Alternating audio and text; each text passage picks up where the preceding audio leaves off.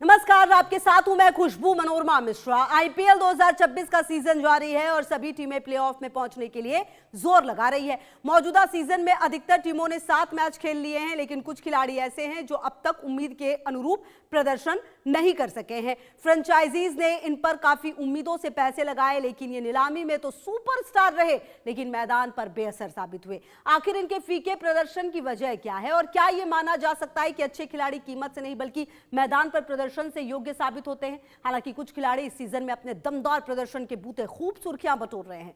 समझिए.com में आज चर्चा कुछ ऐसे ही खिलाड़ियों की जो महंगे खरीदे तो गए, लेकिन वो अपने प्रदर्शन की बदौलत कुछ कर नहीं पा रहे हैं।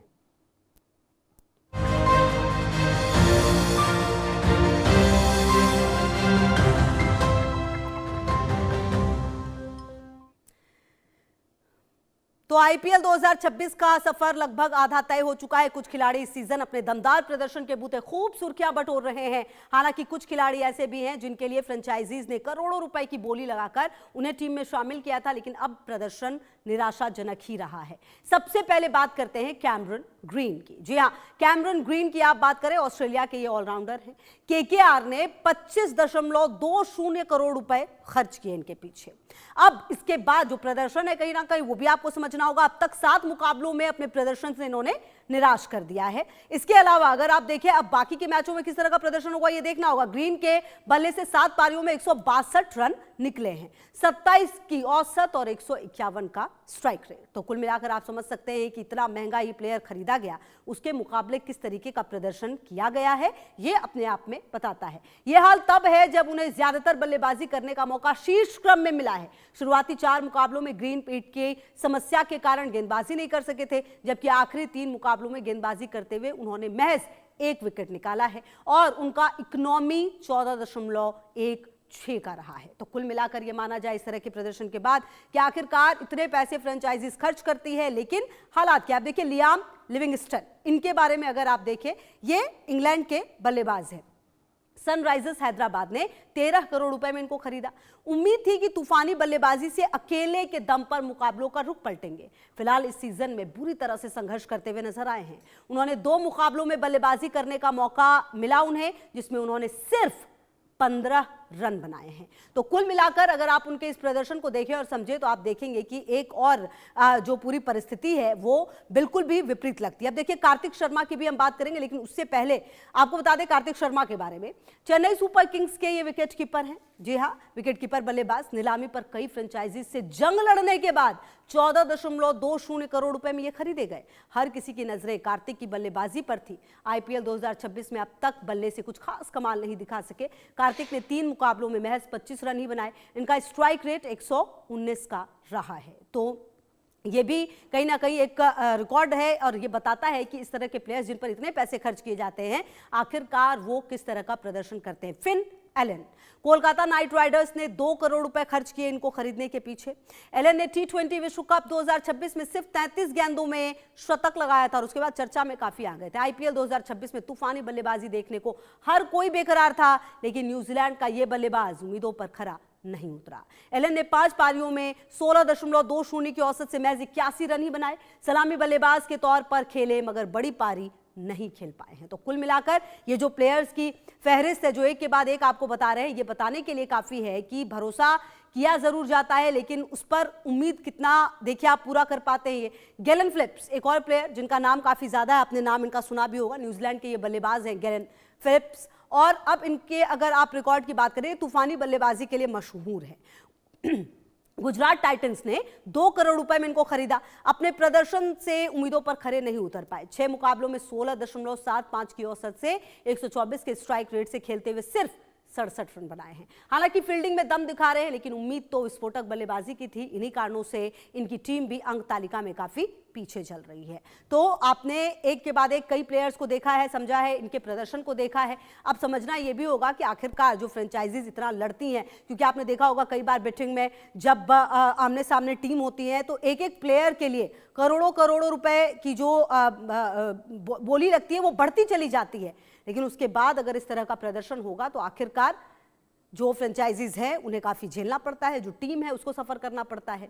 अब देखिए प्रशांत वीर प्रशांत वीर शुरुआती मैचों में बल्लेबाज के रूप में खेलने के बावजूद कोई बड़ा कमाल नहीं कर पाए हैं। इनमें एक भी ओवर गेंदबाजी नहीं कराई गई, जिससे टीम के फैसले पर सवाल उठे।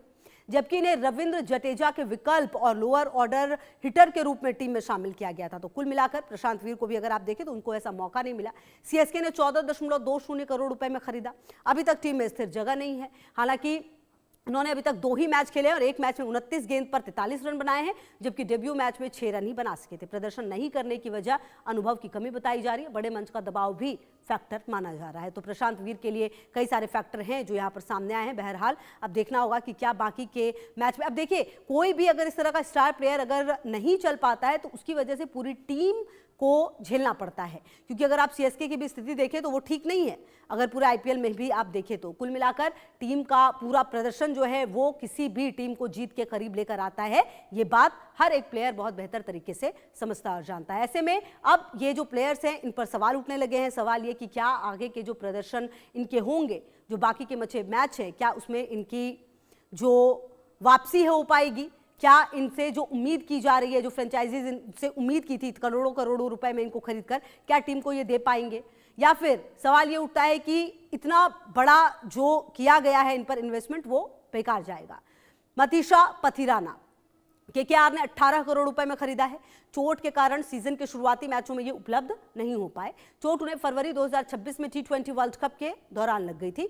अब फिटनेस टेस्ट पास कर चुके हैं, जल्दी प्लेइंग 11 में नजर आ सकते हैं। लेकिन पैसे खर्च करने के बावजूद जिस तरीके से टीम के काम ये नहीं आए, अभी टीम का प्रदर्शन इस कारण काफी निम्न स्तर का है। जैसा कि हमने पहले भी आपको बताया, टीम का प्रदर्शन पूरा को पूरा निर्भर यह करता है कि हर एक प्लेयर अच्छा प्रदर्शन करे। अगर वो नहीं कर पाएगा तो फिर कहीं ना कहीं जो स्थिति है वो टीम की अच्छी नहीं होगी। और ये लगभग देखा गया है, हर मैच में देखा जा रहा है कि जिस टीम के सारे प्लेयर्स अच्छा प्रदर्शन कर रहे हैं वही टीम टॉप पर पहुंचती हुई नजर आ रही है। और कहीं ना कहीं नाम बड़े और दर्शन छोटे, ये वाली स्थिति भी नजर आ रही है कि जिन प्लेयर्स का इतना ज्यादा नाम था, जिन प्लेयर्स को इतने पैसे देकर टीमों ने खरीदा, उनका प्रदर्शन अब सवालों के घेरे में जरूर नजर आ रहा है। अब देखना यह है कि अभी, हालांकि देखिए अभी सफर लंबा है, ऐसा नहीं है, आईपीएल में पूरे मौके मिलते हैं, लेकिन कहीं इतनी भी देर ना हो जाए कि कहा जाए कि बहुत देर हो गई अब तो आने में, और शायद वो जो टीम है फिर उसको उसका लाभ ना मिल पाए, ये भी देखना होगा। अब देखिए वेंकटेश अय्यर की बात कर लेते हैं। पथिराना के बाद वेंकटेश अय्यर कभी केकेआर ने 23.75 करोड़ रुपए में खरीदा था। जी हां, इस साल आरसीबी ने 7 करोड़ में खरीदा। 70% कीमत गिर गई।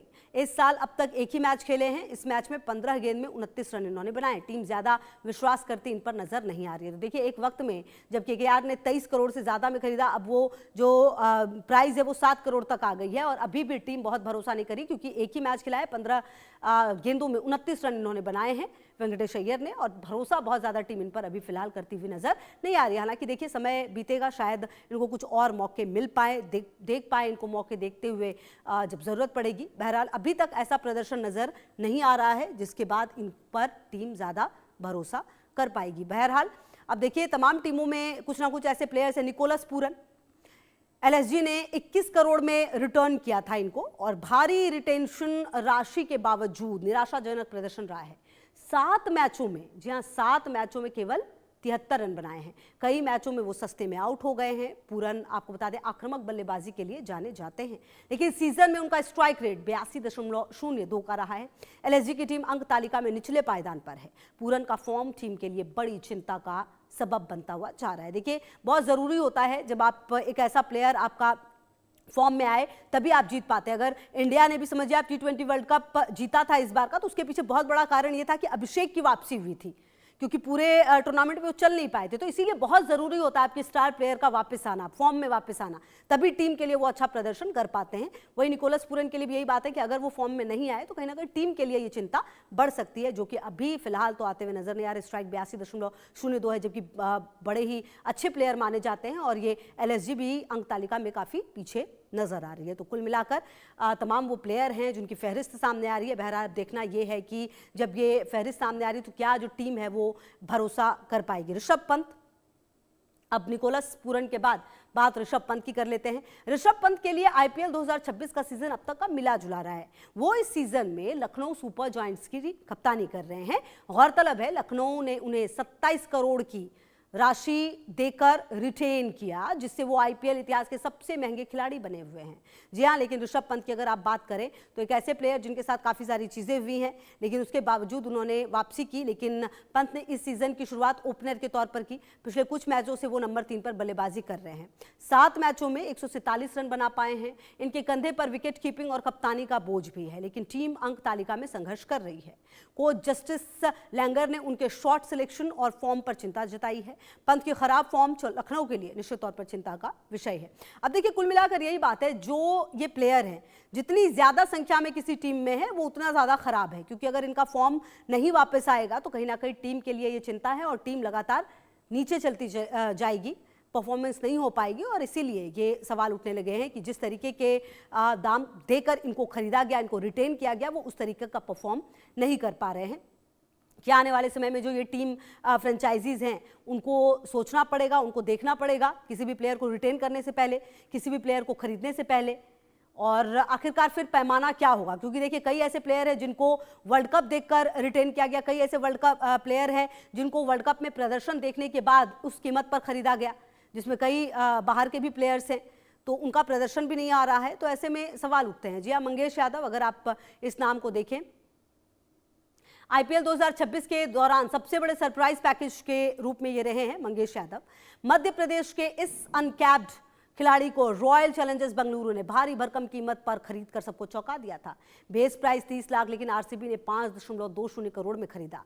नेट प्रैक्टिस में उनके 140 प्लस की गति और सटीक यॉर्कर ने दिनेश कार्तिक और टीम मैनेजमेंट को काफी प्रभावित किया। वो फिलहाल बेंच पर अपनी बारी का इंतजार कर रहे हैं। जी हाँ, मंगेश यादव, आप देखिए, सनराइजर्स हैदराबाद और आरसीबी के बीच कड़ी बीटिंग हुई थी इनको लेकर। बेस प्राइस से 17 गुना ज्यादा कीमत में इनको खरीदा गया।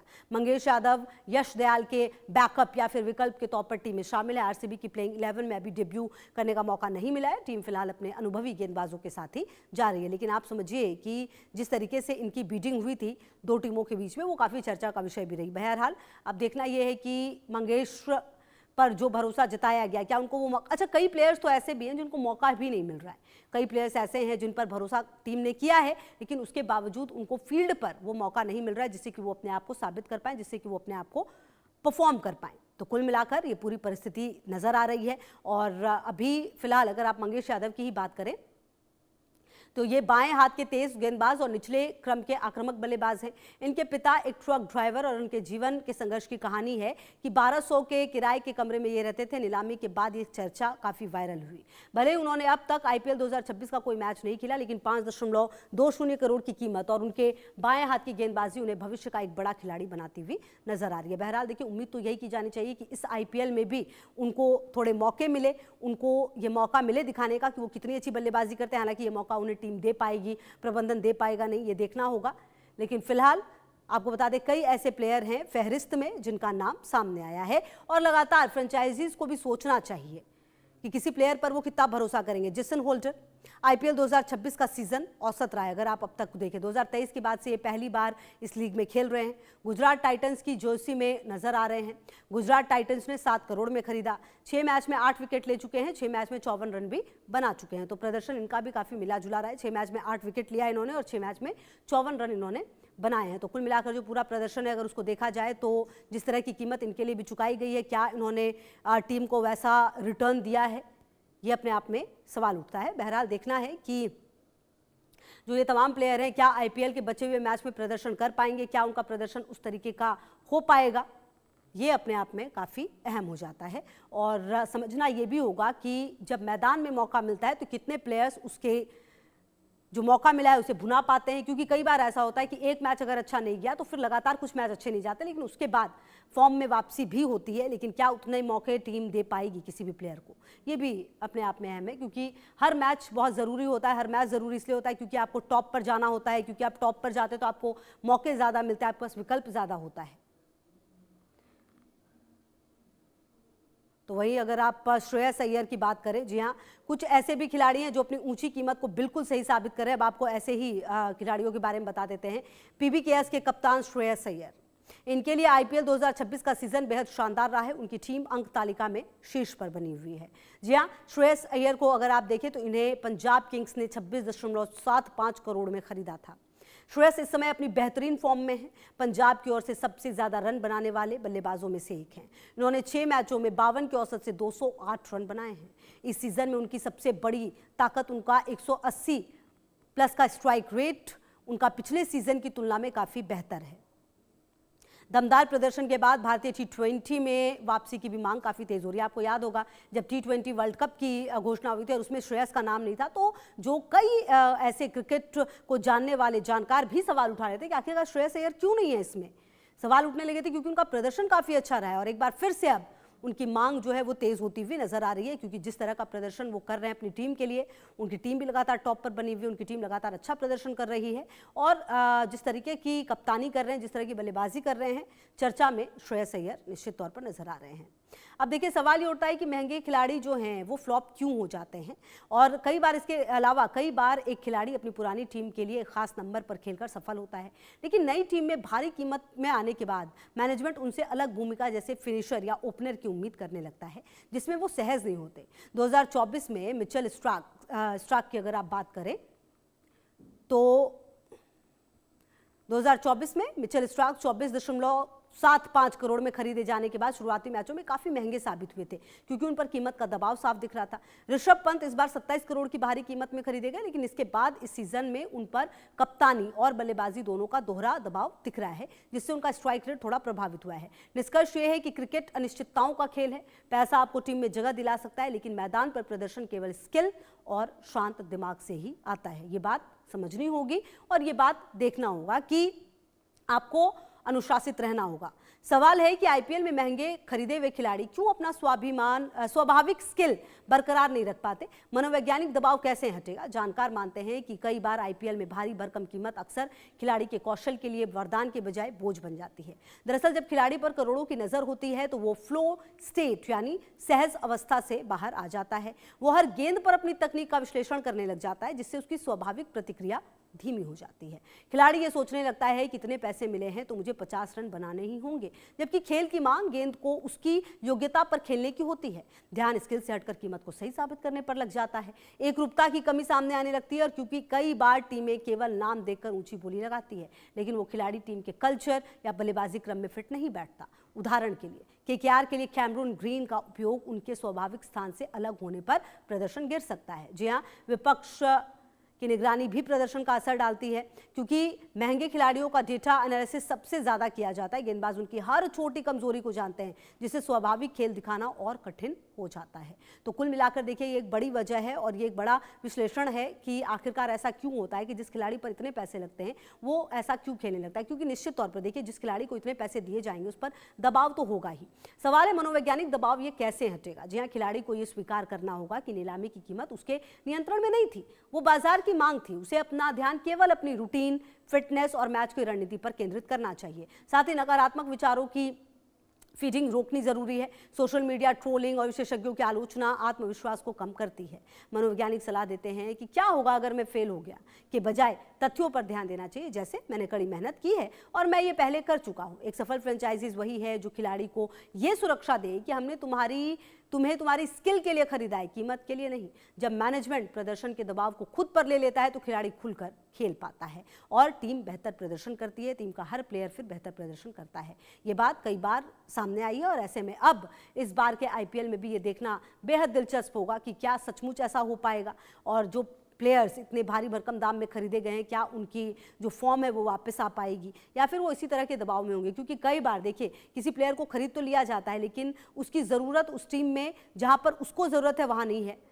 अगर वो नंबर 1 पर खेलता था तो दूसरी टीम में उसे नंबर 3 या 4 पर उतारा जाएगा और ऐसे में उसका प्रदर्शन खराब होने लगता है। फिर आप उस खिलाड़ी को दोष देने लगते हैं और सोशल मीडिया रही कहीं असर भी पूरी कर देता है। इसी तमाम दबाव की वजह से कई बार ऐसा होता है कि इस तरह के प्लेयर्स जो हैं वो पूरा नहीं कर पाते। अब देखिए, केकेआर में कैमरून ग्रीन की साख पर सवाल उठ रहे हैं। ग्रीन ने न केवल गेंद से महंगे साबित हुए बल्कि बल्लेबाजी में भी वो गोल्डन डक का शिकार होकर टीम को बीच मझधार में छोड़ कर गए हैं। उनकी इस खराब फॉर्म और केकेआर की रणनीति पर पूर्व भारतीय क्रिकेटर मोहम्मद कैफ ने तीखा हमला बोला।